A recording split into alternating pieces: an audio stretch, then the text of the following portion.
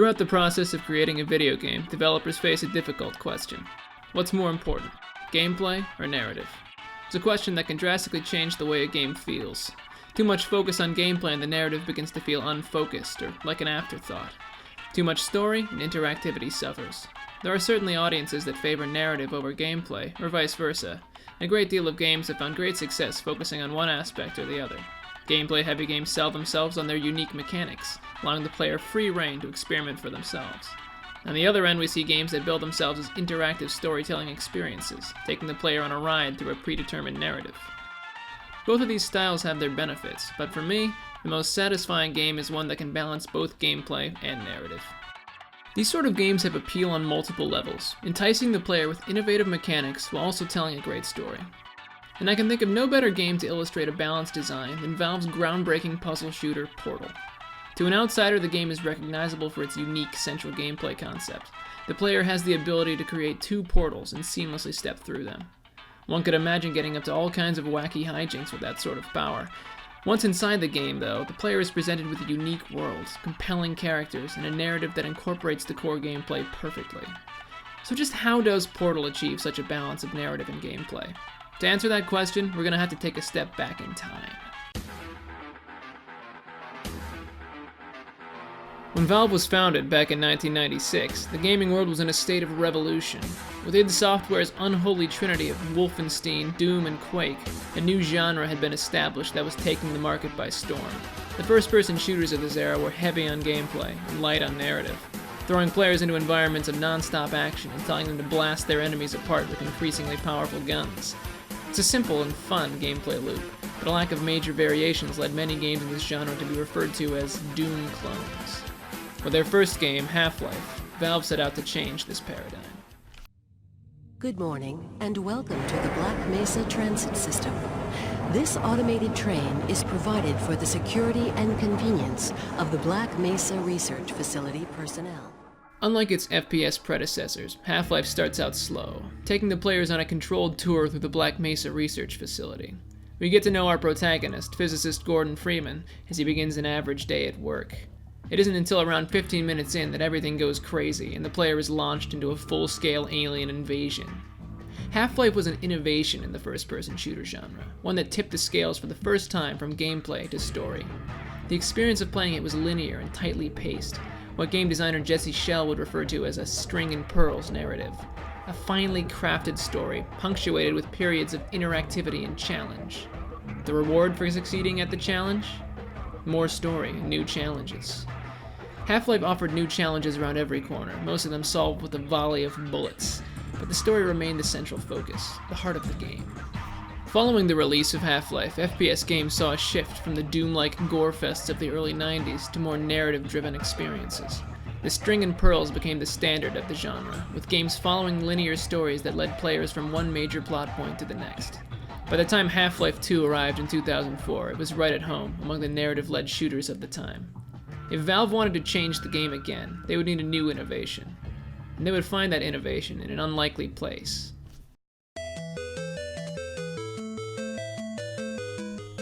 In his book, The Theory of Fun, game designer Raph Koster comes up with an explanation for why we love games so much. Fun from games arises out of mastery. It arises out of comprehension. It is the act of solving puzzles that makes games fun. While this concept can be applied to most games, it is perhaps most suited to the puzzle genre. Puzzle games are games designed around learning and mastering unique gameplay, and as such they tend toward modular structure. The player progresses through a series of increasingly complex and difficult levels, first learning the core mechanics in simple, straightforward ways. Stack these monsters on top of each other so that the bomb will destroy them. Simple enough to pick up. As the levels progress, though, the game introduces more rules for the players to follow.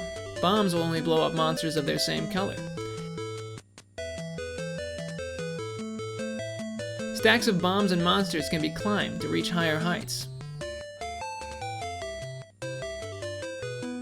A great puzzle game ingrains its core mechanics into a player's head, allowing them to apply those mechanics to each new complexity the game throws at them. Koster refers to this as the concept of grokking.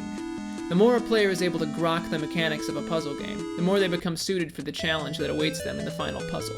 It should be no surprise that puzzle games tend to lean heavily on the gameplay side of the scale. For the most part, they succeed in capturing and keeping players' attention through the pure pleasure of learning. It seems a kid can't learn by being taught, says Coster. They have to make mistakes themselves. They push at boundaries to test them and see how far they will bend. They watch the same video over and over and over and over and over and over. This isn't to say that a puzzle game can't have a story, though. When a narrative is woven through the modular structure of a learning-based game, it can be magical. And this is exactly what Valve set out to do in creating Portal. Portal plays as a perfect fusion of the first-person shooter and a puzzle game. Looking at the world through the eyes of a voiceless protagonist, the player is given a gun and asked to shoot at things while progressing through a linear story.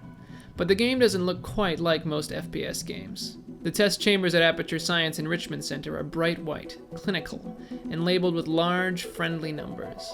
Every chamber comes complete with a unique, pre-designed puzzle. Bit by bit, the difficulty of these chambers increases, and the gun isn't quite what you'd normally find in an FPS either. Like most puzzle-based games, Portal is built around a unique gameplay concept that is used to solve puzzles that are presented.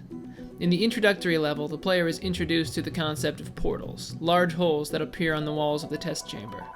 The player walks through the portal in their relaxation vault, and watches as they emerge in another part of the room. Portal's first level is an elegant introduction to the game's core mechanic, making the simple act of walking through a door feel like a revelation. The next few levels get the player more and more used to the portals and the rules of the test chambers. Putting cubes on buttons opens doors, walking through an emancipation grid destroys cubes and portals. The orange portals will always lead to the blue portal, no matter where they are. By the third test chamber, the player gets a portal gun of their own, and the game's interactivity is taken into another gear. In their book, Rules of Play, Katie Salen and Eric Zimmerman define the 4 levels of interactivity in games. Cognitive interactivity, a player's ability to situate themselves within the world of the game. Functional interactivity, a player's physical interactions with the hardware of the game. Explicit interactivity, the player's interactions with the elements inside the game.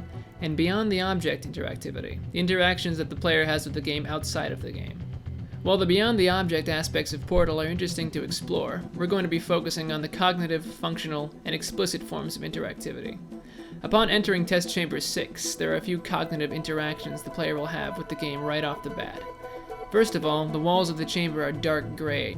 Attempts to create portals on the new surface will give little results. This is information that will come in handy as the game progresses. The second thing to notice is the large pulsating energy ball. Here the game gives out a bit of explicit interaction. The Aperture Science high-energy pellet seen to the left of the chamber can and has caused permanent disabilities such as vaporization. Please be careful. The player now knows very well not to get in the way of any high-energy pellets in the future. The rest is just using a combination of functional and explicit interactivity to finish the level. Portal's gameplay and puzzle structure encourages an attention to environmental details to figure out how to solve certain puzzles. It's a personally satisfying experience to finally notice something about the room that makes a solution obvious. The gameplay loop that Portal establishes is highly rewarding, and would make for a great puzzle shooter experience even if there were no attention paid to the story. But of course, there is a story to uncover. This is Valve, after all. 2007 Valve, that is.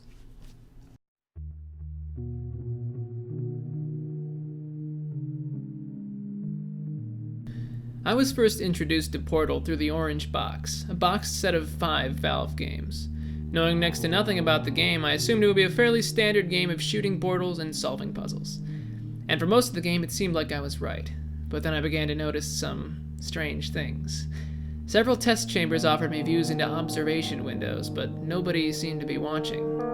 Gladys, the cheerfully monotonous computer voice that serves as the game's narrator, seemed a bit off from time to time. As part of a required test protocol, we will stop enhancing the truth in 3, 2...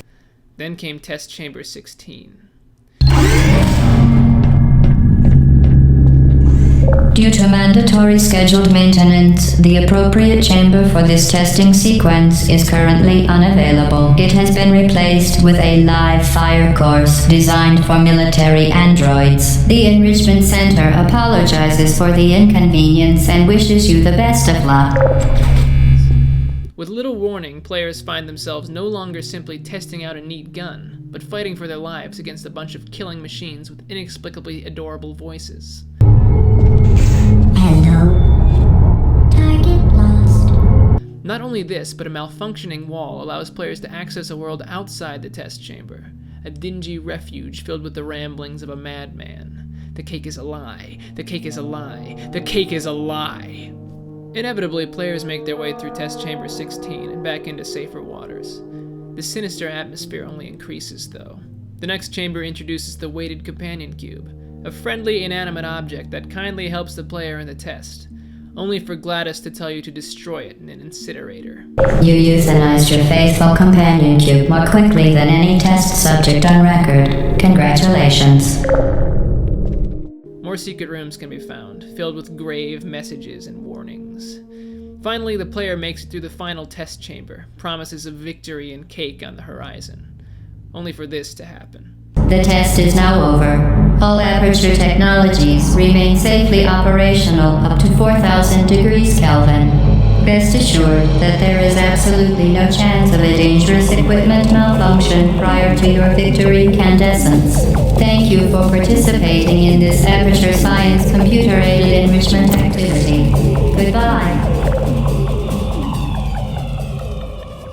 There's a reason I emphasized how Portal encourages players to analyze the environment, and it's because of the action-packed final stage of the game.